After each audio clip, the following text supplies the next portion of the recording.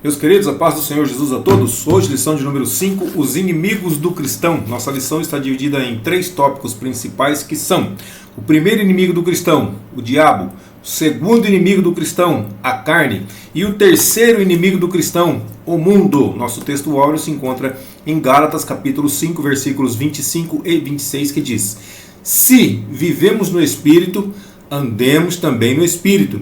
Não sejamos cobiçosos de vanglória, irritando-nos uns aos outros, invejando-nos uns aos outros. A nossa verdade prática diz que na jornada da fé há inimigos que tentam nos atrapalhar: o diabo, a carne e o mundo. Mas em Cristo nós somos mais do que vencedores. A palavra-chave é inimigos. O primeiro tópico, o primeiro inimigo do cristão, o diabo. O primeiro subtópico: o diabo é real. Então a existência do diabo ela é descrita desde o primeiro livro da Bíblia, lá em Gênesis capítulo 3, versículo 1, que diz: ora, a serpente, que nesse caso é o diabo, era mais astuta que todas as alimárias do campo que o Senhor Deus tinha feito, e esta disse à mulher: é assim que Deus disse? Não comereis de toda a árvore do jardim? Então aqui já está a primeira aparição do diabo, já está no livro do Gênesis, no primeiro livro da Bíblia, capítulo 3, versículo de número 1. Então no Antigo Testamento as ações de Satanás, elas são descritas em Gênesis, primeiro livro das Crônicas, em Jó, em Salmos, em Isaías, em Ezequiel e também em Zacarias. Agora no Novo Testamento mostra a atuação do diabo por 25 vezes, aproximadamente umas 25 vezes. Em seu ministério, nosso Senhor Jesus ele atesta a realidade de Satanás, Mateus 13 e 39. O inimigo que o semeou é o diabo, e a ceifa é o fim do mundo, e os ceifeiros são os anjos. Ele está dizendo que o que semeou o joio, no caso, no meio da plantação, foi o diabo, foi o inimigo. O segundo subtópico fala sobre a descrição de Satanás. Então Satanás ele é descrito como um ser espiritual que pertencia a uma ordem angelical dos querubins, sendo o mais exaltado deles. Ezequiel 28, versículos 12 e 14 diz assim: filho do homem, levanta uma lamentação sobre o rei de Tiro e dize-lhe: assim diz o Senhor Deus, tu eras o cero da medida, cheio de sabedoria e perfeito em formosura. Se você perceber, está falando sobre o rei de Tiro, é para levantar um clamor, sobre uma lamentação sobre o rei de Tiro. Só que o rei de Tiro faz alusão ao próprio Satanás aqui. Versículo 14: tu eras o querubim. Pode ver, o rei de Tiro era querubim? Não, não era querubim, então é uma alusão. Tu eras o querubim ungido para cobrir, e te estabeleci, no monte santo de Deus estavas, no meio das pedras afogueadas andavas. Então Satanás ele é o chefe dos anjos caídos, e ele possui poder, porém as ações dele são limitadas. Então ele é visto como o Deus com D minúsculo, é o Deus deste século, e também príncipe das potestades do ar, segundo aos Coríntios 4:4, nos quais o Deus deste século cegou os entendimentos dos incrédulos, para que lhes não resplandeça a luz do evangelho da glória de Cristo, que é a imagem de Deus. Aqui ele apareceu como o Deus deste século. Em Efésios 2:2 ele vai aparecer como o príncipe das potestades do ar. Em que noutro tempo andaste segundo o curso deste mundo, segundo o príncipe das potestades do ar, do espírito que agora opera nos filhos da desobediência. Então o espírito que opera nos filhos da desobediência é esse daí, é o príncipe das potestades do ar, que não deixa de ser Satanás. Então Satanás ele é um ser que possui personalidade. Segundo aos Coríntios 11:3 vai dizer que ele é inteligente, mas temo que, assim como a serpente enganou Eva lá em Gênesis, lembra que a gente já leu? Com a sua astúcia, ou seja, com a sua inteligência, com o seu ardil, assim também seja de alguma sorte corrompidos os vossos sentidos e se apartem da simplicidade que há em Cristo. Então o temor de Paulo era esse daí. Lucas 22:31 diz assim: disse também o Senhor: Simão, Simão, eis que Satanás vos pediu para vos cirandar como trigo. Então ele também sente raiva, ele tem o desejo de pegar cada um de nós e cirandar e acabar com a gente. Isaías 14, versículos 13 e 14 diz assim: e tu dizias no teu coração: eu subirei ao céu. Aqui é o pensamento de Satanás, tá? Acima das estrelas de Deus exaltarei o meu trono, e no monte da congregação me assentarei aos lados do norte. Então, ele como pessoa, ele tem desejos, ele tem anseios também. E o versículo 14: subirei sobre as alturas das nuvens e serei semelhante ao Altíssimo. Então, ele também tem vontade própria. Então, temos a certeza de que ele é uma pessoa. O terceiro subtópico fala sobre a identidade do inimigo. Então a Bíblia ela usa alguns nomes para descrevê-lo. Por exemplo, serpente, como a gente já leu, né? Refere-se à sua sagacidade e também à sua astúcia. Eu vou ler de novo o versículo aqui para vocês. Gênesis capítulo 3, versículo de número 1. Ora, a serpente era mais astuta que todas as alimárias do campo que o Senhor Deus tinha feito. E esta disse à mulher: é assim que Deus disse? Não comereis de toda a árvore do jardim? Então aqui fala da sua astúcia. Também ele leva o nome de Satanás, que é mencionado 52 vezes na Bíblia Sagrada, que significa adversário, significa opositor. Zacarias 3:1. E ele mostrou-me o sumo sacerdote Josué, o qual estava diante do anjo do Senhor, e Satanás estava à sua mão direita para se lhe opor. Mateus 4:10. Então disse-lhe Jesus: vai-te, Satanás, porque está escrito: ao Senhor teu Deus adorarás e só a ele servirás. Também aparece a palavra como representado como diabo. O diabo aparece como 35 vezes. Essa palavra tem o significado de acusador. Mateus 4:1. E foi conduzido Jesus pelo Espírito ao deserto para ser tentado pelo diabo. E Efésios 4:27 diz assim: não deis lugar ao diabo. E também ele leva o nome de maligno, ou seja, a malignidade revela o caráter dele, quem ele é. 1 de João 5:19. Sabemos que somos de Deus e que todo mundo está no maligno. Então ele também aparece como dragão vermelho. O dragão vermelho revela a sua ferocidade, como ele é nervoso, como ele é bravo, como ele é feroz. Apocalipse 12:3. E viu-se outro sinal no céu, e eis que era um grande dragão vermelho, que tinha 7 cabeças, 10 chifres, e sobre as suas cabeças 7 diademas. Também ele aparece, ele é descrito como tentador. Tentador fala sobre a ação tentadora no campo da mentira e da imoralidade. 1 Coríntios 7:5. Não vos priveis um ao outro, senão por consentimento mútuo por algum tempo, para vos aplicardes ao jejum e à oração, e depois ajuntar-vos outra vez. Aqui está falando do casal, tá? Para que Satanás não vos tente pela vossa incontinência. Também aparece como enganador, Apocalipse 12:9. E foi precipitado o grande dragão, antiga serpente, chamado Diabo, Satanás, que engana todo mundo. E ele foi precipitado na terra, e os seus anjos foram lançados com ele. Também aparece como Beelzebul. Beelzebul é o chefe dos demônios, ou o senhor das moscas. Lucas 11:15 diz assim: mas alguns deles diziam: ele expulsa os demônios por Beelzebul, príncipe dos demônios. Então aqui já é identificado o nome e a sua função. Também aparece como Belial. O que é Belial? Belial é uma pessoa má, uma pessoa sem valor, segundo aos Coríntios 6:15. E que concórdia há entre Cristo e Belial? Ou que parte tem o fiel com o infiel? Então esses nomes eles revelam a natureza cruel, perversa e destruidora do inimigo das nossas almas. O resumo desse tópico diz que o primeiro inimigo do cristão, o diabo, é descrito na Bíblia como um ser real. Ele existe, ele não é fictício, ele não é história da carochinha, não, ele existe, ele é real, ele é verdadeiro, ele existe. O segundo tópico fala sobre o segundo inimigo do cristão, que é a carne. Primeiro subtópico, conceito bíblico de carne. Então existem 4 definições para a palavra carne na Bíblia. Primeiro, tecido muscular do corpo humano e dos animais. Se você quiser conferir aí, Gênesis capítulo 2, versículo 21. Segundo, o corpo humano inteiro. Está lá em Êxodo capítulo 4, versículo 7. Terceiro, o ser humano segundo a sua fragilidade e mortalidade. Está no Salmo 78, no verso 39.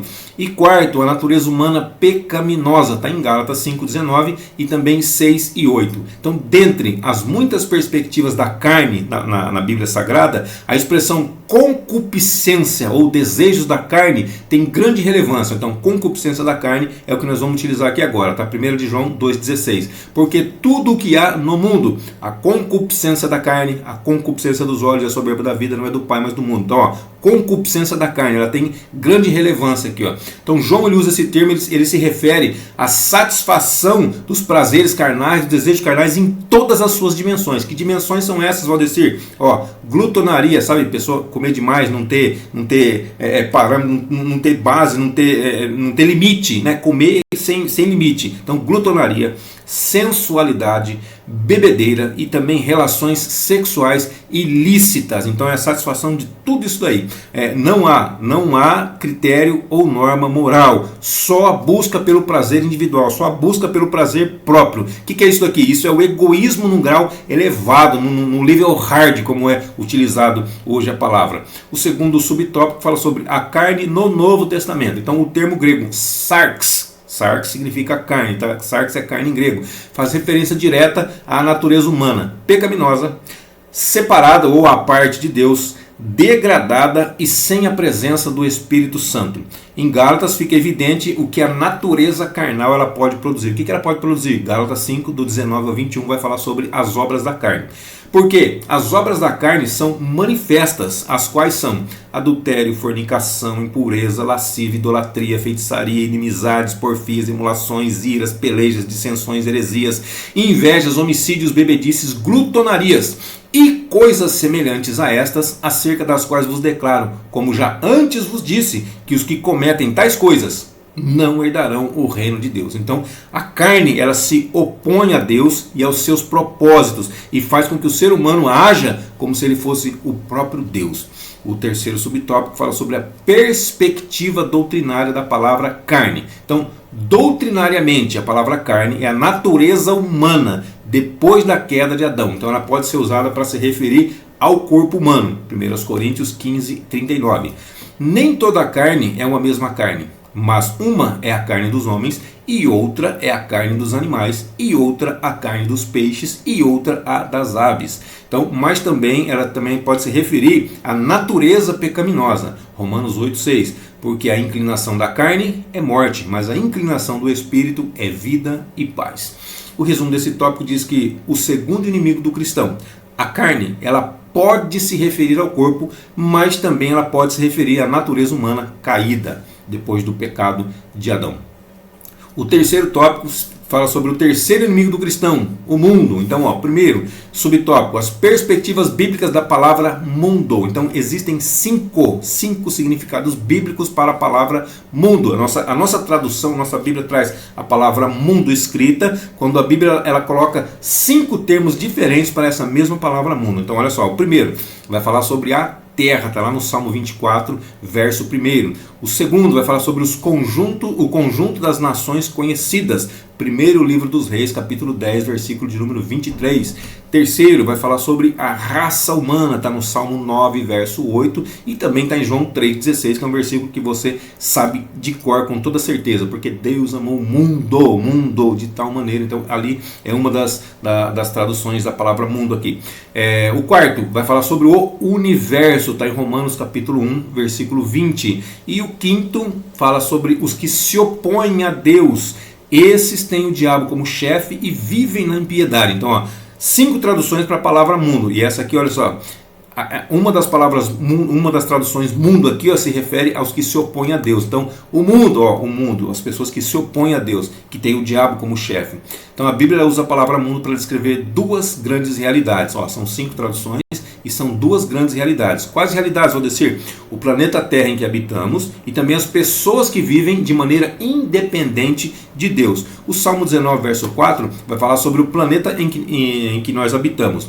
A sua linha se estende por toda a terra e as suas palavras até o fim do mundo. Neles pôs uma tenda para o sol.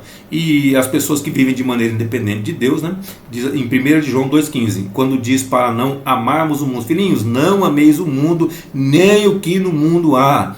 Claro, então aquele que ama o mundo, o amor do Pai não está nele. Continuação do versículo aqui, tá? Então a ideia é de uma sociedade separada de Cristo, contrária a Deus ou contrária à vontade de Deus e dominada pelos vícios, não consegue se controlar. O segundo subtópico fala sobre 3 níveis de vícios infames. Infame é de má fama, que desonra, que é repugnante, tá? Então 1 João 2,16, voltamos ao versículo lá. Porque tudo que há no mundo, a concupiscência da carne, a concupiscência dos olhos e a soberba da vida não é do Pai, mas do mundo. O que é concupiscência, Valdecir? Concupiscência são os desejos carnais, desejos incontrolados da carne. Então, esses são os 3 níveis de vícios que todo cristão encontrará diante da sua jornada aqui na terra: concupiscência da carne, concupiscência dos olhos e soberba da vida. Primeiro, concupiscência da carne. Ela tem a ver com a natureza humana completamente dominada pelo pecado, corrompida, decaída, todo ato do corpo para fins maléficos e também imorais. Segundo, concupiscência dos olhos. Tem a ver com tudo que envolve a mente e a imaginação. Ela cria o desejo pelas coisas pecaminosas oferecidas pela mídia, pela música, pelos filmes, pela literatura, pela arte e também a arte de ceder aos desejos carnais. O terceiro aqui é a soberba da vida, soberba da vida. Então esse nível de vício expressa a autoglorificação do homem no pecado, denotando o seu egoísmo, vanglória e também ateísmo. Ateísmo é a vida sem Deus, não acreditar que existe um Deus. É o homem da atualidade desprezando o Criador em oposição deliberada. Ele nem se envergonha de se opor a Deus, ele faz isso claramente. O terceiro subtópico fala sobre vencendo o mundo. Então existe um sistema carnal que age debaixo do controle maligno. Para vencer essas investidas é preciso ter uma vida cheia do Espírito. Então existe isso aí, esse mal existe. Satanás existe, o mal existe e ele age debaixo do controle maligno. Então para vencer isso daí, nós precisamos ter uma vida cheia do Espírito Santo de Deus. Efésios 5,18 diz assim: e não vos embriagueis com vinho, em que há contenda, mas enchei-vos do Espírito. Então existem os dois extremos, se embriagar com vinho e ser cheio do Espírito Santo. Ele faz, por quê? Porque é uma alusão. Antigamente o vinho era utilizado para dar alegria, o Espírito Santo nos traz alegria. Então a pessoa se embriagava com vinho para ficar alegre, para dizer que estava alegre. Nós nos enchemos do Espírito, que é uma alegria muito, muito maior do que essa daqui. Então não se embriague com vinho, porque no vinho vai ter contenda, mas se encha ou se embriague do Espírito Santo, porque aqui sim vai ter alegria, vai ter paz, vai ter gozo, vai ter tudo que você precisar. Então é preciso também viver com Jesus, fazendo a vontade de Deus, viver como Jesus, com Jesus e como Jesus, fazendo a vontade de Deus. Mateus 7:21. Nem todo que me diz Senhor, Senhor entrará no reino dos céus, mas aquele que faz a vontade do meu Pai que está nos céus. Então não é só chamar da boca para fora Jesus de Senhor, e sim fazer a vontade do Pai que está no céu. Da mesma forma que Jesus, como eu falei aqui, nós andarmos com Jesus e como Jesus. Jesus tem que estar conosco, mas nós temos que andar da mesma forma que ele andou. Nós temos que... o Senhor é o meu pastor, o Senhor é o meu Senhor, tu és o meu Senhor. Peraí, se ele é o meu Senhor, ele tem direito sobre mim. Eu tenho que obrigatoriamente fazer a vontade dele. Mas Valdecir, você tem livre-arbítrio? Sim, eu tenho livre-arbítrio. Eu posso optar se eu quero fazer a vontade dele ou se eu não quero. Lembra da aula dos dois caminhos? Lembra da aula das duas portas? Pois é assim. Eu posso optar por seguir o caminho largo, ou posso optar por seguir o caminho estreito. Eu posso optar para entrar na porta larga, ou eu posso optar por entrar na porta estreita. E se eu não quiser optar nada, se eu quiser uma terceira opção, automaticamente já está no caminho largo e na porta larga. É assim que funciona. Então, chamar de Senhor não adianta. Tem que obedecer, tem que colocar em prática, tem que fazer a vontade do Pai. Como é que eu vou saber qual que é a vontade do Pai? A vontade do Pai está toda descrita aqui na palavra de Deus. Simples assim. É só ler, é só estudar que vai saber qual que é a vontade do Pai. O resumo desse tópico diz que o terceiro inimigo do cristão, o mundo, apresenta 3 níveis de vícios infames: a concupiscência da carne, a concupiscência dos olhos e a soberba da vida. E aqui na conclusão fala sobre o apóstolo Pedro nos adverte a respeito do plano do inimigo, em 1 de Pedro 5,8. Ele diz assim: sede sóbrios. Lembra dos dois extremos? Não vos embriagueis com vinho. Pedro está dizendo aqui agora, sede sóbrios, ou seja, não beba bebida alcoólica, fica esperto. Vigiai. Como que um bêbado vigia? Não tem como. Como que um ébrio vigia? Não tem como, tem que estar sóbrio. Ébrio é o contrário de sóbrio, tá? Como que, então, bêbado e o saudável, então sóbrio e ébrio, tá? Sede sóbrios, vigiai, então tem que estar sóbrio, para poder vigiar tem que estar sóbrio, porque o diabo, o vosso adversário, não é o adversário de Deus, porque não tem nem comparação. Então ele é nosso adversário e não de Deus.